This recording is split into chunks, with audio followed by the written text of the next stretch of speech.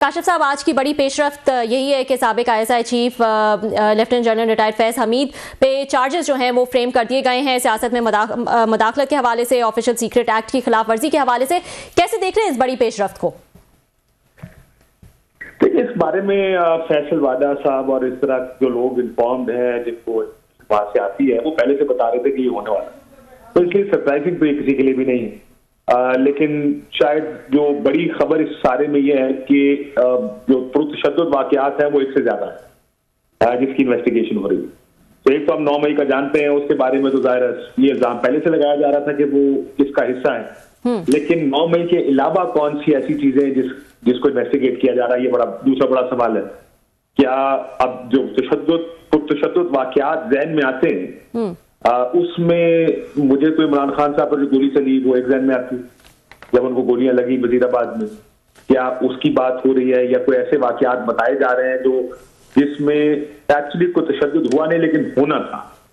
अब क्या उन वाकयात का जिक्र है? तो ये बड़ा इंटरेस्टिंग होगा कि जब तफसील मजीद जाएगी, लेकिन वो तफसील भी तो इसी तरह दी जाती है। लेकिन एक याद रखिएगा, इसमें जो उसके अगला नुक्ता है जिसमें सियासी जो अवामिल है या जो सियासी पॉलिटिकल पार्टीज हैं उनका इसके ऊपर रोल जी, वो ही सेड शी सेड से शायद इतना काम ना चले। देखिए, जो मकबूल सियासी जमातें होती हैं उनको आप सजाएं तो दे सकते हैं, लेकिन सजाएं ऐसी होनी चाहिए और केसेस ऐसे होने चाहिए जिसको देखकर बियॉन्ड रीजनेबल डाउट लोगों को यकीन हो कि हाँ इस वजह से सजा दी जाएगी, और बाकी नजर भी आ रहा है कि ये ठीक है। ये ना हो कि ये कहा जाए कि वो जो होता है ना कि इल्जाम भी है और इल्जाम उन्होंने कह दिया तो इस वजह से ये इस तरह होगा, शायद इस तरह नाकाफी होगा। मेरा ख्याल है आई एम अस्यूमिंग कि ज्यादा एविडेंस होगा, ऐसा एविडेंस जिसको कोई क्वेश्चन ना कर सके, जिसको इनकॉन्ट्रोवर्टिबल एविडेंस। अब देखते हैं एविडेंस क्या सामने आता है, केस कैसे चलता है। तो ये अगली फेज बड़ी इंटरेस्टिंग होगी कि तरीके साहब और इमरान खान साहब को कैसे मिलिट्री कोर्ट्स में लेके जाते। जी, मैं यही पूछने वाली थी कि इमरान खान साहब जो है वो आप कितनी मुश्किल में हैं, क्योंकि हुकूमत तो कहती है जो भी इनकी एक्टिविटीज़ हैं फैज हमीद साहब की, वो जो है उसके ताने बाने, उसका गठजोड़ जो है वो इमरान खान और PTI से मिलता है। तो इमरान खान साहब के लिए कितनी मुश्किल होगी अब? देखिए, इमरान खान साहब ऑलरेडी जेल में, और कितना अंदर जाएंगे? मैं एक ही जेल में ही अंदर ज्यादा सजाएं दे सकते हैं। ऑलरेडी 14 साल या 10 साल या जितने भी केसेस में उनको सजाएं हो रही हैं, इसी तरह की एक सजा और हो जाएगी। तो उनको अगर आप ये कहें कि उनकी मुश्किल बढ़ जाएगी, जेल में है, जेल में रहे, सो मुश्किलात अपनी जगह जो तरीके इंसाफ की हैं वो ज्यादा बढ़ जाएंगी, क्योंकि अगर वो मिलिट्री कोर्ट में ट्राई होते हैं जी, और अगर वो मिलिट्री को उस तरफ चला जाता है मामला, तो प्रेशर तरीके इंसाफ पर इसका ज्यादा पड़ेगा, मजीद लोग भी इस इन्वेस्टिगेशन में सामने आएंगे। सो इमरान खान साहब की मुश्किलात तो बढ़ने से ये है कि ये जरूर है कि जो इन कोर्ट्स में मामलात है वो बहुत ज्यादा डॉजी तरीके से सुनाई दी गई। आपने देखा 12 बजे रात को कोर्ट्स और ना फर्ज जुर्म आयद की गई, और किस तरह इन केसेस का फैसला किया गया। इस केस में जरा थोड़ा सा मुख्तलिफ भी होगा कि ये मिलिट्री कोर्ट, अब देखते हैं कि एक्सेस कैसे देंगे, क्या मीडिया को कवर करने की इजाजत होगी, क्या लोग वहां जाके केस सुन पाएंगे, रिपोर्ट हो सकेगा, ट्रांसपेरेंसी इसमें कितनी होगी, जो इल्जाम लगा है उसके एविडेंसेस क्या दिए जाते हैं। आई थिंक ये भी बड़ा इंटरेस्टिंग एक ये शुरू होगा जो फेज है तरीके इंसाफ का, क्योंकि एविडेंस लेके end of the day evidence देना पड़ेगा दिस वे और दैट वे। अगर इमरान खान साहब के खिलाफ है तो एविडेंस देना पड़ेगा, तो देखना ये कि एविडेंस कितना आता है।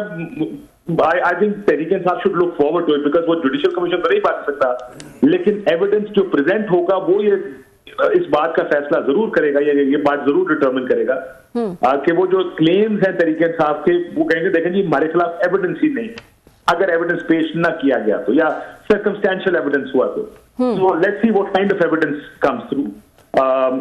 लेकिन ये जरूर है कि ये डेवलपमेंट बहुत सीरियस है तहरीक इंसाफ के लिए, अगर उसको देखा जाए तो। और इसमें मैं आपसे ये भी पूछना चाहूंगी कि क्योंकि इसका एक गठजोड़ जो है वो तहरीक इंसाफ से और इमरान खान से जोड़ा जाता है, और अब इस केस में जो है वो पेशरफ्त देखी जा रही है, तो इसका मतलब रियासत की जो एक सख्त पॉलिसी है टुवर्ड्स खान साहब या टुवर्ड्स PTI, उसमें कोई तब्दीली नजर नहीं आई है।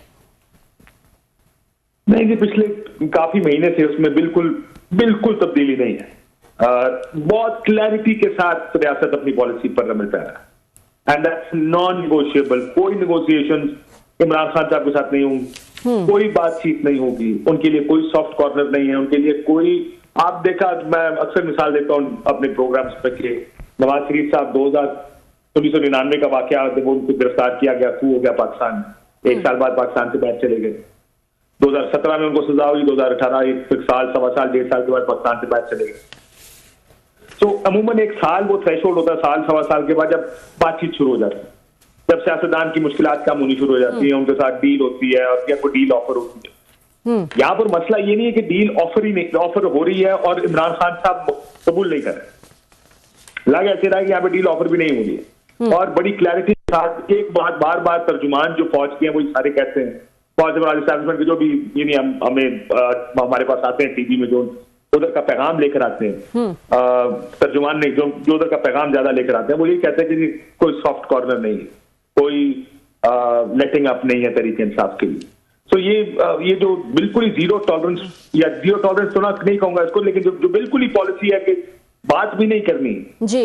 ये अमूमन सियासत में या मुल्क चलाने में अगर कामयाब हो गए तो हो सकता है इमरान खान को अगले 10 साल भी जेल में रखे और ये मुल्क ऐसे ही चले, लेकिन अमूमन ये चला नहीं करती। You need to give space for political parties, खासकर मकबूल सियासी जमातों को स्पेस देनी पड़ती है, जो ड्यू स्पेस होती है उनकी। आप यानी ये पाकिस्तान में होता तो है, केस बनते हैं, उन पर सजाएं हो जाती हैं, सजाएं जैसी तैसी भी हो। अब देखिए सारी केसों में अगर उनकी जमानत भी हो गई तो न्यू टाउन थाने की किसी केस में गिरफ्तारियां डाल दी। ये पाकिस्तान में होता अनफॉर्चुनेट है, बड़ी अनफॉर्चुनेट बात है कि पाकिस्तान में होता है। हम इसको नॉर्मल कह रहे हैं कि होता नहीं होना चाहिए, लेकिन होता है, जिसमें किसी भी केस में आपको अंदर डाल देंगे। हो सकता है वो 10 साल आपको इन केसेस में अंदर डाल करें, लेकिन ये होना नहीं चाहिए। Democracy do not work like, they work according to some sort of rule of law, कोई कानून के तहत काम होता है। हमारे यहाँ पे बस ताकत का एक निजाम है, वो ताकत का निजाम जब तक ताकत वो डंडा फिरेगा तो फिरता रहेगा।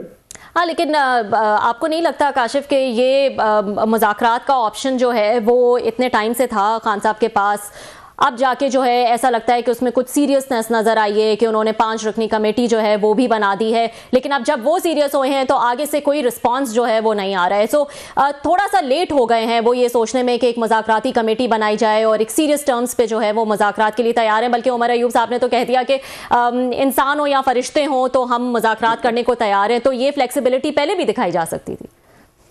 देखिए, इन्होंने बारहा तहरीके इंसाफ की जानिब से इमरान खान साहब जेल से ये कहते रहे कि हम इस्टेब्लिशमेंट से बात, इस्टेब्लिशमेंट बार बार आके प्रेस कॉन्फ्रेंस में कहती रही कि हम इनके साथ बात नहीं करेंगे, अगर बात करनी है तो सियासतदानों से करें।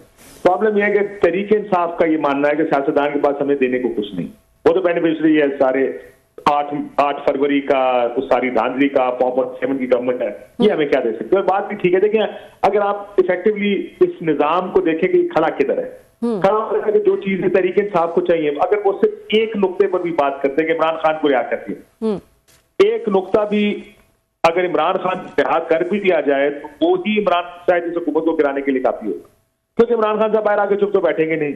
उनकी क्राउड पुल क्या है, वो मकबूल एक लीडर है, ये हम सब जानते हैं। उन्होंने और उनके 8 फरवरी का इलेक्शन ही उठा के देख लें, उससे पहले कि उनकी पॉलिटिकल एक्टिविटी जो जलसे जुलूस है उठा के देख लें, तो मकबूल तो वो बहुत है।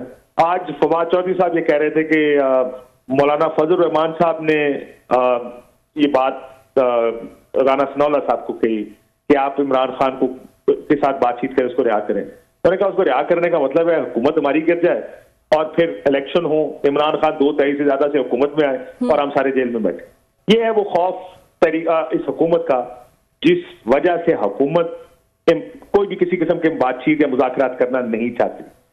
इमरान खान की मकबूलियत जो सबसे बड़ा एडवांटेज है उनका, वही उसका सबसे बड़ा डिसएडवांटेज है कि इतनी मकबूलियत है जिसका खौफ सबको है, जिसकी वजह से कोई ये चांस नहीं लेना चाहता कि उनके साथ बातचीत हो और वो किसी तरह जेल से बाहर आ जाए, क्योंकि उनका जेल से बाहर आना it will disturb the Apple cart.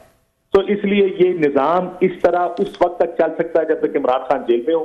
सजा या न सजा वो देखें, वो एक अलग बहस है कि वो जेल में कैसा रखा जाए, उनको जबरदस्ती भी जेल में रखा जा सकता है, पाकिस्तान में तो सब होता है, लेकिन ये निजाम सिर्फ उस सूरत में चलेगा जो एक डिस्पेंसेशन बनाई गई 8 फरवरी के बाद, जब इमरान खान जेल में होंगे। और मेरा ख्याल है इसी वजह से उनके साथ कोई बात, इमरान खान साहब बात करना भी चाहें, लेकिन सियासतदान क्या बात करेगा, क्या दे सकती है तहरीक इंसाफ को हुकूमत या इवन एस्टैब्लिशमेंट। तो इमरान खान एस्टैब्लिशमेंट से पहले भी बात करना चाहते थे। The only thing that has changed now is कि अब ये कह दिया है उन्होंने कि वो सियासतदानों से भी बात करने को तैयार है। ठीक है, मुझे ये तो ठीक है, ये बताएगा, लेकिन उसके साथ साथ वो सिविल नाफरमानी की तहरीक भी लाना चाहते हैं। इससे पहले 24 नवंबर का जो एहतजाज हुआ वो भी हम सबके सामने था। पहले तो ये कहा जा रहा था कि क्योंकि उनको पता है कि फैज हमीद साहब के हवाले से कोई बड़ी पेशरफ्त होने वाली है, इसलिए जल्दी जल्दी में ये एहतजाज की कॉल जो है वो दी गई, और फिर क्या हुआ वो हम सबके सामने है। अब वो सिविल नाफरमानी की बात कर रहे हैं। ये भी कोई एक कामयाब स्ट्रैटेजी नजर आ रही है आपको कि लोग जो हैं वो पैसे नहीं भेजेंगे या अपने बिल नहीं भरेंगे? क्या लग रहा है आपको? देखिए 2014 में मुझे आज भी वो दिन याद है जब खान साहब ने कहा था एक दफा कंटेनर खड़े होकर कि कल मैं एक ऐसा ऐलान करूंगा कि आप हैरान हो जाएंगे और परेशान हो जाएंगे और सब बदल देगा। और अगले दिन खान साहब ने वो बिल जलाए थे और कहा था कि सिविल नाफरमानी। लेकिन पाकिस्तान में देखो बड़े स्पेसिफिक माहौल में सिविल नाफरमानी काम करती है। हमारे मुल्क में क्या लोग पैसे भेजना छोड़ देंगे? लोग उस रास्ते से पैसे भेजते हैं जो रेमिटेंस पाकिस्तान में आती है, जो उनके लिए सहल तरीन, आसान तरीन और मुनाफा बख्श तरीन होता है, जो उनको सबसे अच्छा एक्सचेंज रेट मिलता है, वो वहीं से आएंगे। अगर उनको बैंकिंग चैनल से मिल रहा है तो वहीं से आया करेगा पैसा, क्योंकि जो भेजने वाले हैं वो लेबर है हमारी जो बाहर के मुल्कों में काम करते हैं। लोग अपनी बिजलियां तो नहीं कटवाएंगे, गैस नहीं कटवाएंगे, तो किस तरह कामयाब होगी? Thank you so much Kashif for joining us.